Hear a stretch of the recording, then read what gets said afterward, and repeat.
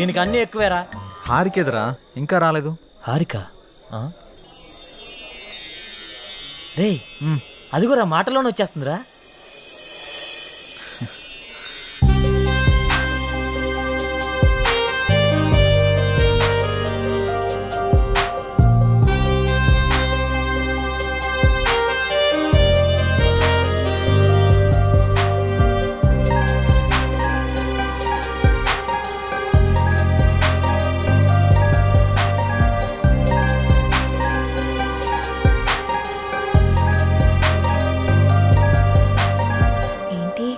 మింగేసేటట్టు అలా చూస్తున్నా.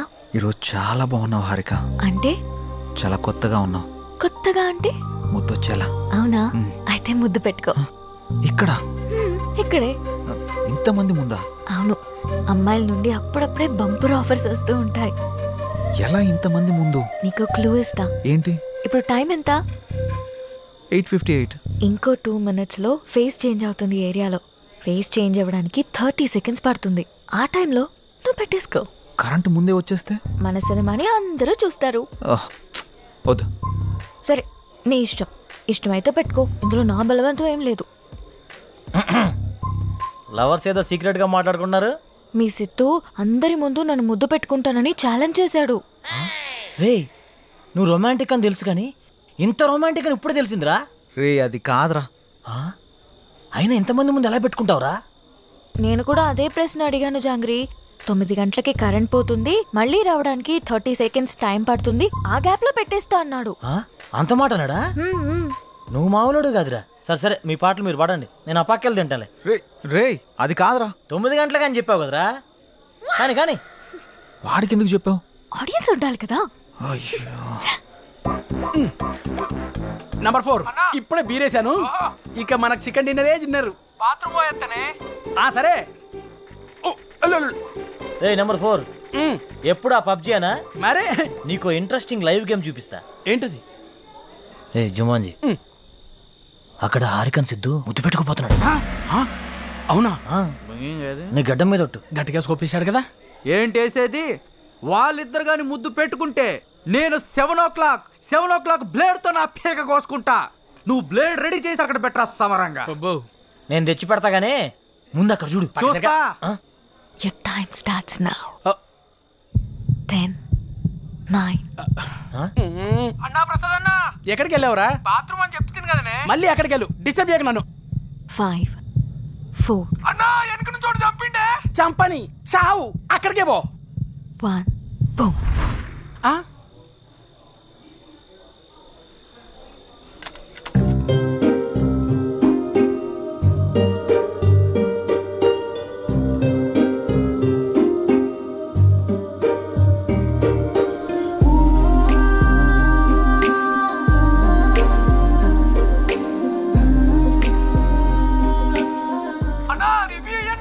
ఇవ్వా వస్తుండే, మళ్ళీ చంపుతాడే.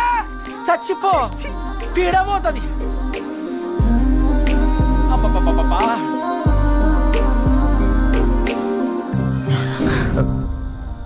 ఎవడ్రా పవర్ ఆన్ చేసింది? 7 o'clock పెట్టాడుగా, బ్లేడ్ తో కోసుకుంటావా? ఏంటి కోసుకునేది? ఆవేశంలో ఉన్నప్పుడు ఎన్నెన్నో అంటుంటాం. కోసుకుంటావా ఏంటి? అది నా పేరు. సారీ, అడబెట్టు. నంబర్ 4 ఇక్కడ మటన్ డిన్నర్ అయిపోయింది, ఫిష్ డిన్నర్ రెడీయా? నంబర్ 4 చచ్చిపోయిన already. Oh my PUBG. I have to start new game. I think ఇక్కడ వాస్తు బాగాలేదనుకుంటా, వేరే దగ్గరికి వెళ్ళి ఆడతాను. నంబర్ 4, నంబర్ 2 ఉన్నావా? Number 2 where are you? I'm coming. రే నిజంగానే పెట్టేసేవేంట్రా? రే అమ్మాయి ఆఫర్ ఇచ్చాక పెట్టుకోకుండా ఎలా ఉంటావురా? నువ్వు మామూలుడు కాదురా, మాయలోడురా.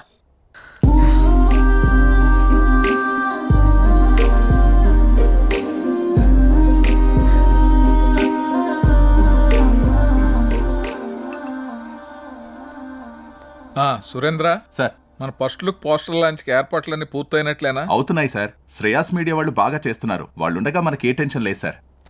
Hi sir. రాసిద్దు కూర్చో. ఏంటి ఎలా ఉన్నావు? బాగున్నాను సార్. సార్ ఇందులో మూవీ ప్రమోషన్కి సంబంధించిన కొటేషన్ ఉంది, మీరు ఫ్రీగా ఉన్నప్పుడు ఒకసారి చదవండి సార్.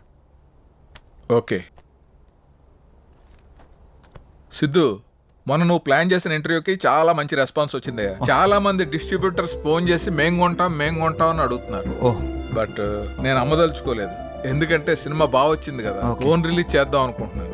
ఎలాగైనా మీరే ఈ సినిమాని బాగా ప్రమోట్ చేసి పెట్టాలి. తప్పకుండా సార్, మా నుండి ఎంత చేయాలో అంత ఎఫర్ట్స్ పెడతాం. ఫస్ట్ లుక్ ఎప్పుడు అనుకుంటున్నారు సార్? నెక్స్ట్ వీక్ చేసేద్దాం. మా సురేంద్ర ఫస్ట్ లుక్ పంపిస్తాడు, అది రాగానే ప్రమోషన్ స్టార్ట్ చేద్దాం. ఓకే సార్, ఇంక నేను బయలుదేరుతాను. ఉంటా.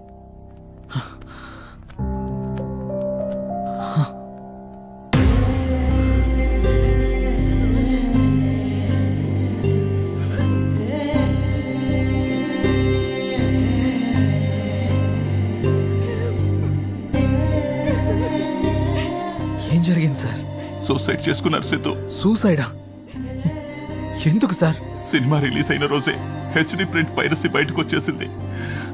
ఇప్పటి వరకు కనీసం 50 లక్షల మంది డౌన్లోడ్ చేసుకుని ఉంటారు. ప్రింట్ బయటికి రావడంతో థియేటర్కి జనాలు రావడం మొత్తం తగ్గిపోయారు. రిలీజ్ అయిన 2వ రోజే మొత్తం కలెక్షన్స్ అన్ని పడిపోయాయి. పైగా అయోధ్య సినిమా కోసం ఆయన 200 కోట్లు అప్పు చేశారు సిద్ధు. అప్పుల వాళ్ళు ఫోన్ల పైన ఫోన్లు చేశారు. అప్పులు ఎలా తీర్చాలో తెలియక, సినిమా పరిస్థితి ఏంటో అర్థం కాక ఆయన సూసైడ్ చేసుకున్నారు.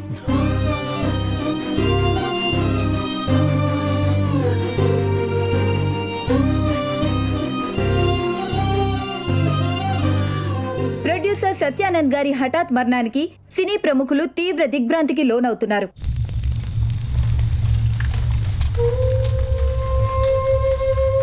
మనం పోయినా మన సినిమా ఎప్పుడు బ్రతికే ఉండాలి. నా ఊపిరి ఉన్నంత వరకు సినిమాలు తీస్తూనే ఉంటాను, సినిమాలు తీస్తూనే పోతాను. పదరా రేయ్, అందరూ వెళ్ళిపోయారా? పదరా. అంత మంచి మనిషి ఇంత సడన్గా చనిపోవడం ఏంట్రా? సినిమా మంచి హిట్ అయింది, అంతా బాగానే ఉంది అనుకునే టైంలో అసలు ఈ పైరసీ ఏంట్రా? అసలు ఆ సినిమా బయటికి రాకపోయింటే ఆయనకి డబ్బులు వచ్చేవి, ఆయన బతికేవాడు కదరా. అంతేరా, మార్నింగ్ రిలీజ్ అయిన సినిమాని మధ్యాహ్నం లోపల పైరసీ చేస్తున్నారా? ఈ ఒక్క సినిమానే కాదురా, ఇంతకు ముందు అత్తారింటికి దారి, గీతా గోవిందం, టాక్సీ వాలా, ఇలా ఒకటేంటి రిలీజ్ అయిన ప్రతి సినిమాని పైరసీ చేస్తున్నారు. చెప్తాను. చూసేవాళ్ళు చేసేవాళ్ళు అందరూ బాగానే ఉన్నారు, కానీ తీసేవాళ్ళు ఇలా అయిపోతున్నారు. ఇన్ని రోజులు నాకు ఏదో చేయాలన్న వెళుతుండేది, కానీ ఇప్పుడు నాకేం చేయాలో క్లారిటీ వచ్చింది. దీని వెనకాల ఉన్న ఏ ఒక్క నా కొడుకుని వదిలిపెట్టేదే లేదు.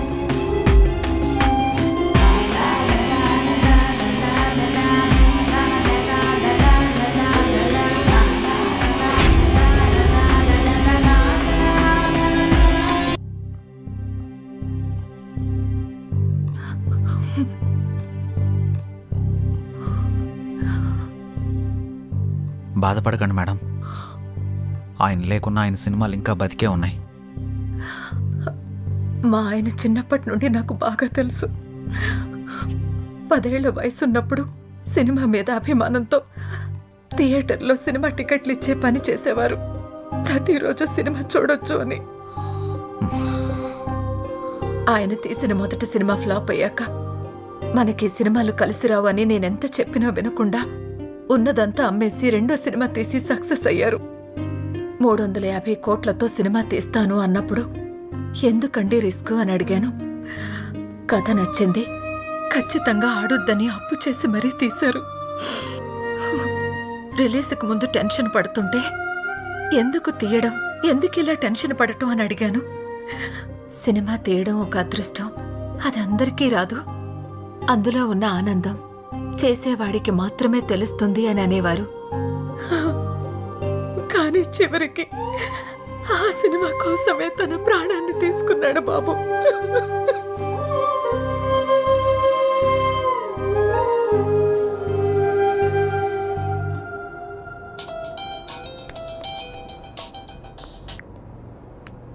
హలో చెప్పరా.